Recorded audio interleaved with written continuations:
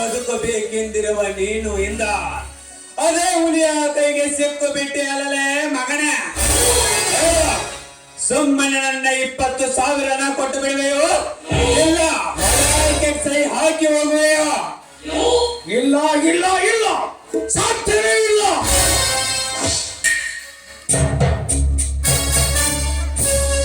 ಒಪ್ಪಂದದ ಕತ್ತೆಗೆ ಲತ್ತೆ ಪೆಟ್ಟು ಎಂಬಂತೆ ನಿನ್ನನ್ನು ಚೋಟಿಯೇರಿನ ಪ್ರವೇಶಿಸಬೇಕಾಗುತ್ತದೆ. ಎಚ್ಚರ. ನೀ ಬೀಸುವ ಚಾಟಿ ಏಟೆ ಒಂದೇ ಗೌಡ.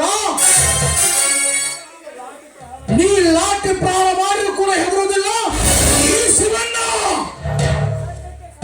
ಸತ್ಯಕ್ಕೆ ಸಾಯುತ್ತೇನೆ ಹೊರತು ನಿನ್ನಂತ ಚಾಟಿಯರಿಗೆ ಹೆದರಲಾರ ಈ ಶಿವ. ಸತ್ಯ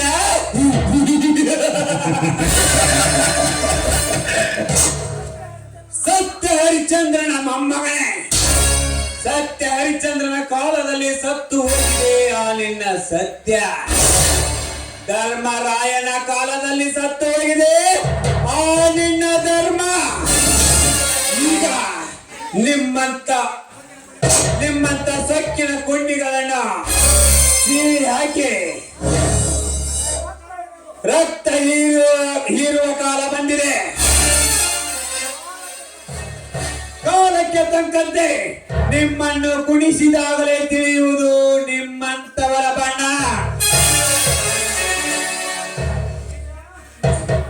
ನಿನಗೆ ಕೊನೆಯದಾಗಿ ಹೇಳುತ್ತೇನೆ, ಸುಮ್ಮನೆ ಸಹಿ ಹಾಕೋ. ಇಲ್ಲ ಇಲ್ಲ ಇಲ್ಲ, ಅದೆಂದಿಗೂ ಸಾಧ್ಯವಿಲ್ಲ. ಹಾಗಾದರೆ ಸಹಿಸಿಕೊಳ್ಳಿ ಹೊಳೆತವನ್ನ.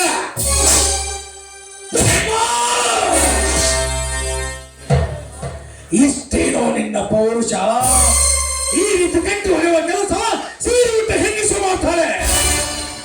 ತಾಕತ್ತಿದ್ರೆ ಬಿಚ್ಚಿ ಹೊಡೆಯುವ ನನ್ನನ್ನ ಗೊತ್ತಾಗುತ್ತೆ ನನ್ನ ಪೌರುಷ. ಲೇ ಶಿವ, ನಿಮ್ಮಂತ 100 ಬಡ ಬಿಕಾರಿಗಳಿಗೆ ಅನ್ನ ಹಾಕಿ ಪುಣ್ಯದಾತ ನೆನೆಸಿಕೊಂಡಿರುವ ಈ ರುದ್ರೇಗೌಡನಿಗೆ ಅಣ್ಣರ ಎಂಜಲದಿಂದ ಬದುಕೊಂಡೆಂದು ಬಗಳದೆಯ ಮಗನೇ. ನಿನ್ನನ್ನು ಜೀವಂತವಾಗಿ ಸೊಟ್ಟರು ನನ್ನ ಹೊಟ್ಟೆಯಲ್ಲಿ ಹತ್ತಿದ ಪ್ರಾಯಾಗ್ನಿ ಶಾಂತವಾಗದ ಮಗನೇ.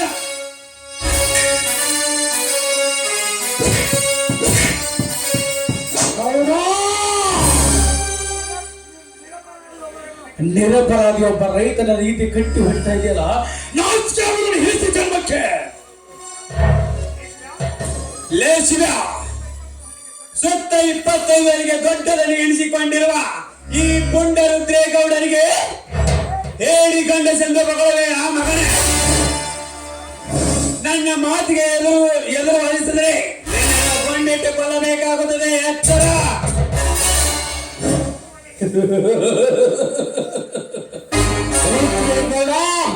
ನಿನ್ನ ಗುಂಡೆಗೆ ಬಕ್ಕಲಾರದು ಈ ಖಂಡಿಗೆ. ಅದೇನಾಗುದು ಮಾಡ್ಕೋದು. ನನ್ನನ್ನು ಎದುರು ಹಾಕಿಕೊಳ್ಳುವ ಧೈರ್ಯ ಈ ನಾಡಿನಲ್ಲಿ ಯಾವನಿಗಿಲ್ಲ ಎಂಬುದು ನಿನ್ನ ಪದರಿಂದ ಗಂಟೆಗೆ ಹಾಕಿಕೊಳ್ಳುವ. ಈ ಕೆರೆಗಳಿಗೆ ಬಲೆ ಹಾಕುವೆನೆಂದು ಪಣ ತೊಟ್ಟು ಬಂದರೆ ಅಂದು ಆಂಗ್ಲರ ಕೈಯಲ್ಲಿ ಸಿಕ್ಕ ಸಂಗೊಳ್ಳಿ ರಾಯಣ್ಣ, ಸಿಂಧೂರ್ ಲಕ್ಷ್ಮಣ, ಮಹಾತ್ಮ ಗಾಂಧಿ ಅಂತಾಗುವುದು ನಿನ್ನ ಸ್ಥಿತಿ. ಲೇ ಗೌಡ, ಪುಣ್ಯವಂತರ ಹೆಸರಳಿಕೆ ನಿನಗೆ ಮರ್ಯಾದೆ ಇಲ್ಲಲೇ. ಅವರು ಒಂದು ಸ್ವತಂತ್ರಕ್ಕೆ ಹೋರಾಡಿ ದೇಶಕ್ಕೆ ಸ್ವತಂತ್ರ ತಂದು ಕೊಟ್ಟಾರಂತ ನೀನಿವತ್ತು ಸ್ವತಂತ್ರವಾಗಿ ತಿರುಗುತ್ತಾ ಇದೆಯಾ. ಒಂದು ವೇಳೆ ಸಂಗೊಳ್ಳಿ ರಾಯಣ್ಣ, ಸಿಂಧೂರ ಲಕ್ಷ್ಮಣ, ಮಹಾತ್ಮ ಗಾಂಧೀಜಿ, ಭಗತ್ ಸಿಂಗ್ ಹೋರಾಡುತ್ತಿದ್ದರೆ ಇವತ್ತು ಕೂಡ ನಿನ್ನ ಬ್ರಿಟಿಷರ ಗುಲಾಮನಿಗೆ ಅವರು ಕೂಡಲಾಗ್ತಿದ್ದೆ. ಮರ್ಯಾದೆ ಇಟ್ಟು ಮಾತನಾಡದೆ ನನಗೆ ಮನ ಬಂದಂತೆ ಮಾತನಾಡುವೆಯ ಮಗನೇ. ಲೇಖ ತೆಗೆದುಕೊಂಡು ಬಾ ಕಬ್ಬಿಣವನ್ನ. ಆಯ್ತು ಈಗಲೇ ತರ್ತೀನಿ. ನಿನ್ನಂತ ಹಾರಾಡಿ ಕುಣಿಯುವ 100 ಬಡ ಬಿಕಾರಿಗಳಿಗೆ ಜನ್ಮ ನೀಡಿದ ಈ ಜನ್ಮದಾತನಿಗೆ ಆದರಕ್ಕೆ ಹುಟ್ಟಿದವನೆಂದು ಬಗಳವೆ ಆ ಮಗನೇ. ನಿನ್ನ ತಾಯಿ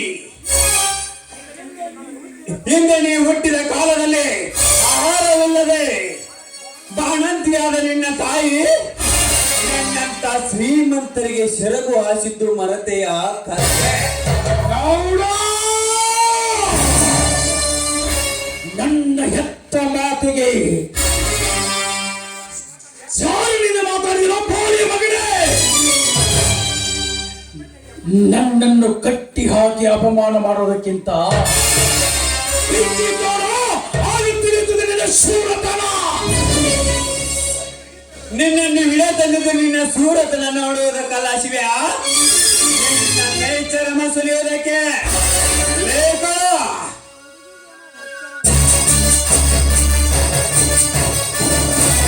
ಏನಂತ ಹೇಳಿದನಿ?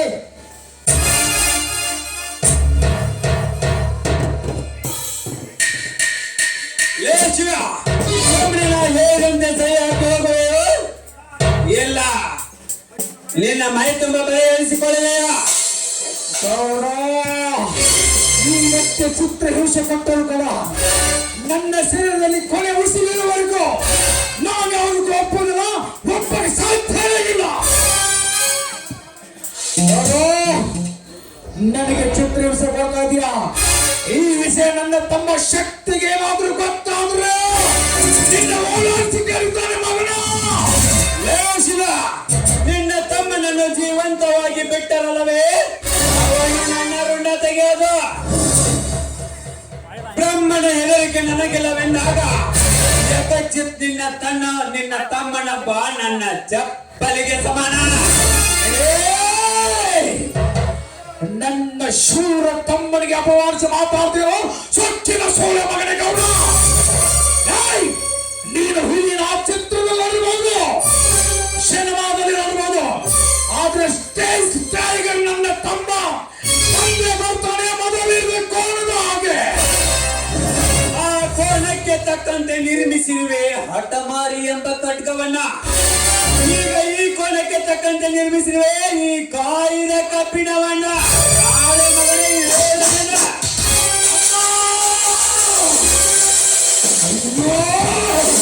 ಅಮ್ಮ ಎಲ್ಲಿದ್ದಾನೆಯೋ ನಿನ್ನಮ್ಮ, ಎಲ್ಲಿದ್ದಾನೆಯೋ ನಿನ್ನ ಮೊದಲೇರಿದ ನಿನ್ನ ತಮ್ಮ. ಹಲೋ, ಏನು ನೋಡ್ತಿರುವೆ? ಇವನನ್ನು ಸರಿಯಾಗಿ ನಿಲ್ಲಿಸು. ಚಿವ್ಯ, ಸುಮ್ಮನೆ ನನ್ನ ಕೈಯಲ್ಲಿ ಚೆಕ್ಕು ಬರೆಯಿಸಿಕೊಂಡು ಸತ್ತು ಹೋಗಬೇಡ. ಸುಮ್ಮನೆ ಸೈ ಹಾಕಿ ಹೋಗು.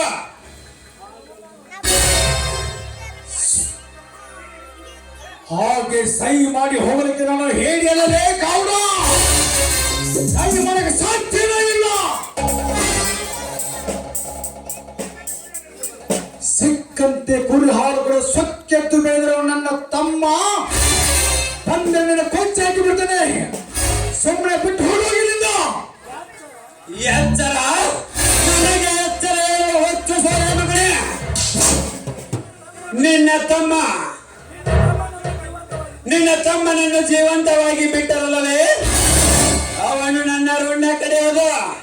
ಲೇಖ ಅದೇನಂತ ಬೇಗನೆ ಹೇಳಿದನಿ? ಹೋಗಲೇ, ಬೇಗ ಹೋಗಿ. ಮದವೇರಿದ ಕೋಣವನ್ನು ದುರ್ಗಮ್ಮನಿಗೆ ಹರಕೆ ಕೊಟ್ಟಂತೆ ಇವನ ತಮ್ಮನನ್ನು ಇವನ ಹೆಂಡತಿಯ ಮುಂದೆ ಕತ್ತು ಕಡಿದ. ಮೊಗ್ಗಿನಂತೆ ಅರಳಿ ನಿಂತಿರುವ ಇವರ ಹೆಂಡತಿಯನ್ನು ತಂದು ನನ್ನ ಮಂಚಕ್ಕೆ ಅರಮನೆಗೆ ಏಕದಲ್ಲಿ ಬರೀ ನಾಗರದಂತೆ ಬಸವಡುತ್ತಿರುವ ರಾಧವನ ತಂದು ಹಾಕಿಬಿಡ.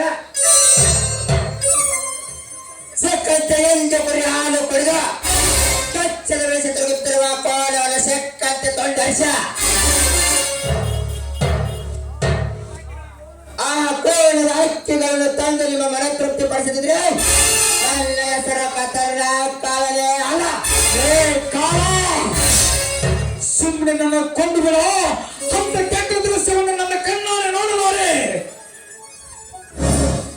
ಅಲ್ಲಪ್ಪ ಶಿವಪ್ಪ, ನಿನ್ನ ಇಟ್ಟು ಲಘು ಕೊಂದಿವ್ ಅಂದ್ರ ಮತ್ತ ನಿನ್ನ ಮತ್ತೆ ಕವನ ಬರ್ಯಾವಪ್ಪ.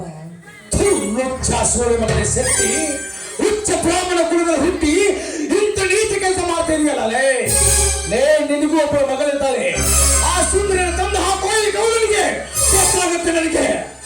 ಓ ಅಪಮಾನ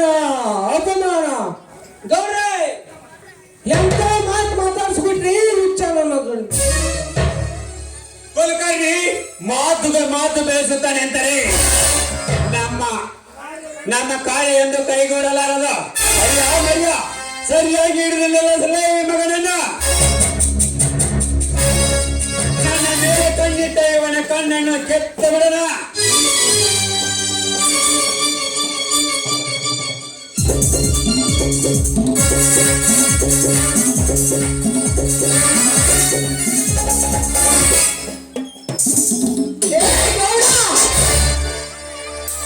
ಅನ್ಯಾಯವಾಗಿ ನನ್ನ ಅಣ್ಣನನ್ನು ಕಟ್ಟಿ ಹಾಕಿ ಚಿತ್ರ ಹಿಂಸೆ ಕೊಟ್ಟು ತಲೆಯ ಕಣ್ಣು ಕಿತ್ತೆಯ ಮಗನೇ. ನಾನೀಗ ನಿನ್ನನ್ನು ಜೀವದಿಂದ ಅಳಿಸಲಾರೆ. ನನ್ನ ಹೊಟ್ಟೆಯಲ್ಲಿ ತಕ್ಕ ಬಡಿಸಿ ಇರುತ್ತಿರುವ ಮಗ ನೀನೇ ಮೊದಲ ಬಲೆ. ಜೈ ಬಜರಂಗ್ ಬಲ. ಘಾತ ಮಾಡಿಲ್ಲ ಶಕ್ತಿ, ಘಾತ ಮಾಡಿ ಲೇ ಕರಿಯ ಮರ್ಯ ಹಿಡಿದು ಕಟ್ಟಲೇ ಬೋಡವನ್ನ. ಏ ಗೌಡ, ಈ ಕೆರಳಿದ ಕೇಸರನ್ನು ಕಟ್ಟಿ ಹಾಕಲಿಕ್ಕೆ ನಿಮ್ಮ ಆಳಿಗೂ ಸಾಧ್ಯವಿಲ್ಲ, ನಿಮ್ಮ ಅಪ್ಪನಿಗೂ ಸಾಧ್ಯವಿಲ್ಲ.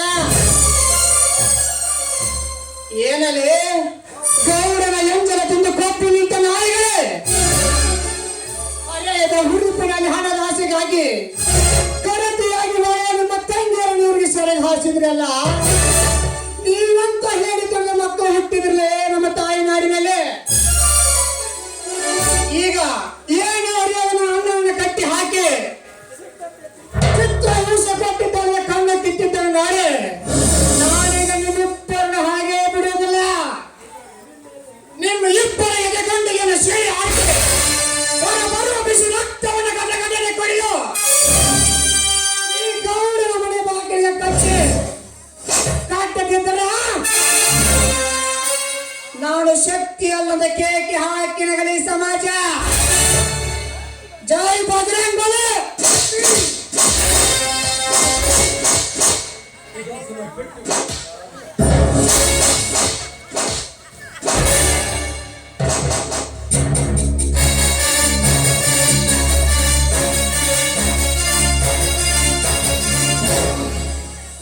ಏ ಗೌಡ, ನಿನ್ನ ಹಾಕಿದ ಸಂಚಿನ ಸೇರಿಗಾಗಿ ನಿಮ್ಮ ನಿನ್ನ ಮನೆಯಲ್ಲಿ ನಡೆಯುವುದು ಮರಣದ ಮಾನವೇ.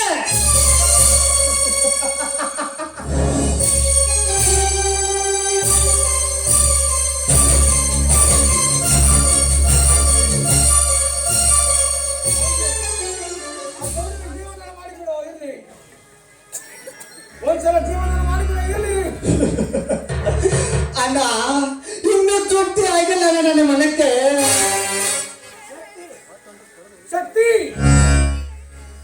ಹೌದಲ್ಲ, ಕುರಿ ಹಾಲು ಕುಡಿದು ಮಬ್ಬ ಕುರುಡ ನೆನೆಸಿಕೊಂಡಿರುವ ಶಕ್ತಿ ಸಕ್ಕಿಗೇರಿ ನಿಂತಿದೆ. ಮಗದ ಮದ್ದಾನೆಯಾಗಿರುವ ಈ ಕಣ್ಣುಗಳು ಇನ್ನೂ ಯಾರ ರಕ್ತ ಕುಡಿತದೆ ಎಂಬುದು ತಿಳಿದಿಲ್ಲ ಈ ಗೌಡನಿಗೆ. ಏನಲ್ಲೇ ಗೌಡ,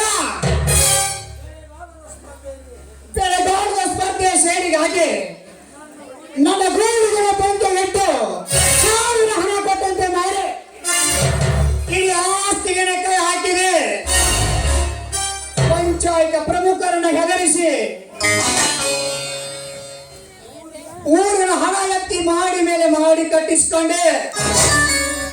ಈಗ ಏನು ತುಳುವನ ಅಮ್ಮನ ಕಟ್ಟಿ ಹಾಕಿ ಚಿತ್ರ ಹಿಂಸೆ ಕೊಟ್ಟು ಕೊಂದು ಕೂಡ ಬೆರೆಯೇಟ ಹಾಕಿ ಕಣ್ಣನ್ನು ಕೂಡ ಕಿತ್ತಾಕ್ಬಿಟ್ಟೆ.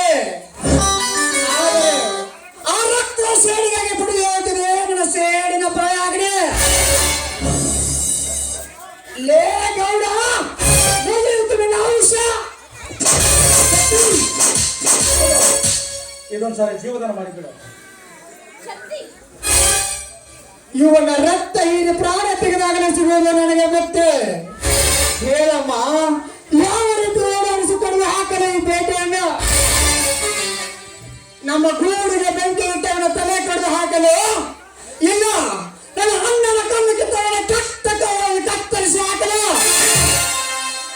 ಇಲ್ಲ, ರೈತನ ಬಾಳಲ್ಲಿ ರಕ್ತ ಕಣ್ಣು ಹರಿಸಿದವನ ಕಣ್ಣುಗಳನ್ನು ಕೇಳಲು ಇಲ್ಲ, ಬಡವರ ರಕ್ತವನ್ನು ಕುಡಿದ ಕೊಪ್ಪಿನಿಂದ ದೇಹವನ್ನು ಉಪ್ಪಾದ ಮಾಡಲು ಇಲ್ಲ, ನನ್ನ ಆಸ್ತಿಗೆ ಕಾಲಿಡುತ್ತಿರುವವನ ಕಾಲುಗಳನ್ನು ಕಡಿದು ಹಾಕಲು ಇಲ್ಲ, ಇವಳ ಗಂಡಿಗನ ಸೀರೆ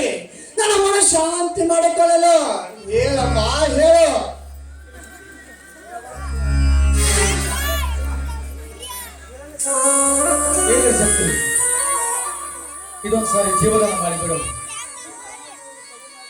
ಈ ಸಮಾಜದಲ್ಲಿ ಕೊಲೆ ಮಾಡಿ ನೀನ್ ಯಾಕೆ ಜೈಲಿಗೆ ಕಂಬ ಇರ್ತೀಯಪ್ಪ?